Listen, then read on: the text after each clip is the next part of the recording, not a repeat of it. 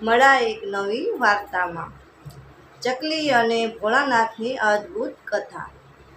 નમસ્કાર મિત્રો, આજે હું તમને ભોળાનાથ અને એક નાની ચકલીની એવી અદ્ભુત કથા સંભળાવવા જઈ રહી છું, જે આપણને શ્રદ્ધા, દયા અને ભગવાન પર વિશ્વાસ રાખવાનો સુંદર સંદેશ આપે છે। એક સુંદર ગામમાં એક નાની ચકલી રહેતી હતી। તે દરરોજ વહેલી સવારે ઉઠીને ભગવાન શિવના પ્રાચીન મંદિરે જતી। મંદિરના આંગણામાં આવેલા પીપળાના વૃક્ષ પર તેનો માળો હતો।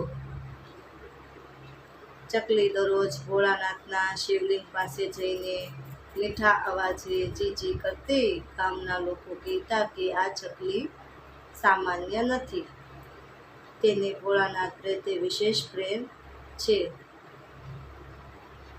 એક દિવસ ભારે ઉનાળો પડ્યો, નદીઓ સુકાઈ ગઈ, તળાવો ખાલી થઈ ગયા અને પક્ષીઓને પાણી મળવું મુશ્કેલ બન્યું। ચકલીને પણ પાણી માટે દૂર દૂર ભટકવું પડ્યું, પણ તે દરરોજ મંદિરે આવવાનું બંધ ના કરતી। પાણી ન મળે તો પણ તે ભોળાનાથના દર્શન કરીને જતી। એક સાંજે ચકલી ખૂબ તરસી થઈ ગઈ। તે થાકી ગઈ અને શિવલિંગ પાસે બેસીને બોલી, હે ભોળાનાથ, હું નાની અને નિર્બળ છું, મને બચાવો। તેની નિર્દોષ પ્રાર્થના સાંભળીને ભોળાનાથ પ્રસન્ન થયા। રાત્રે મંદિરના પૂજારીને સપનું આવ્યું। સપનામાં ભોળાનાથ બોલ્યા, મંદિરની પાછળ જમીન ખોદો, ત્યાં પાણીનો સ્ત્રોત છે। તે માત્ર માણસો માટે નહીં, પરંતુ મારા બધા જીવજંતુઓ અને પક્ષીઓ માટે છે। બીજા દિવસે પૂજારીએ ગામના લોકોને વાત કરી। સૌએ મળીને ખોદકામ શરૂ કર્યું।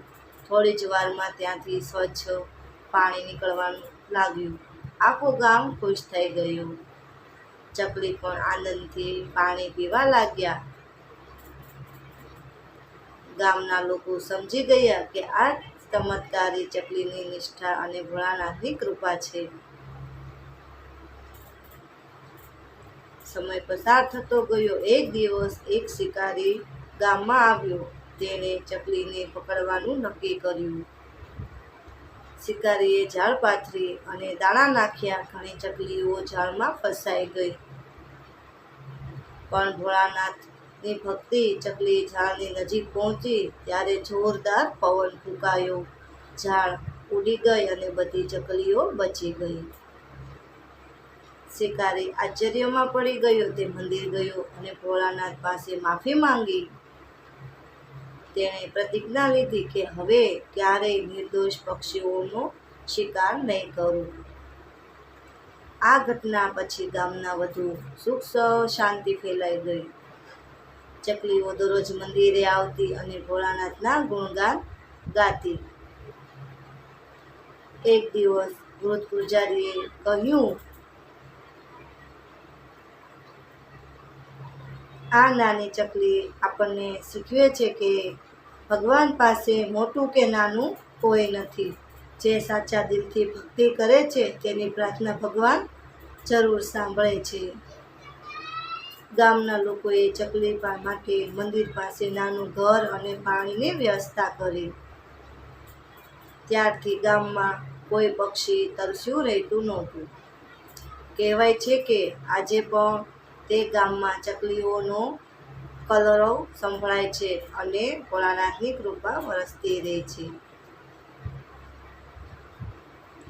મિત્રો, આ વાર્તા ઉપરથી એટલું હું તમને કહેવા માંગુ છું, ભગવાનને સાચા શ્રદ્ધા અને નિષ્ઠા પ્રિય છે। દરેક જીવનમાં ભગવાનનો વાસ છે।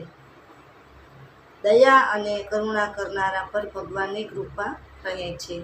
નિર્દોષ હૃદયથી કરેલી પ્રાર્થના ક્યારેય વ્યર્થ જતી નથી। બોલો હર હર મહાદેવ। મળશું એક નવી વાર્તા સાથે। જય માતાજી મિત્રો। વાર્તા ગમી હોય તો તમારા મિત્રોને શેર કરજો। મળશું પાછી એક નવી વાર્તા। જય માતાજી।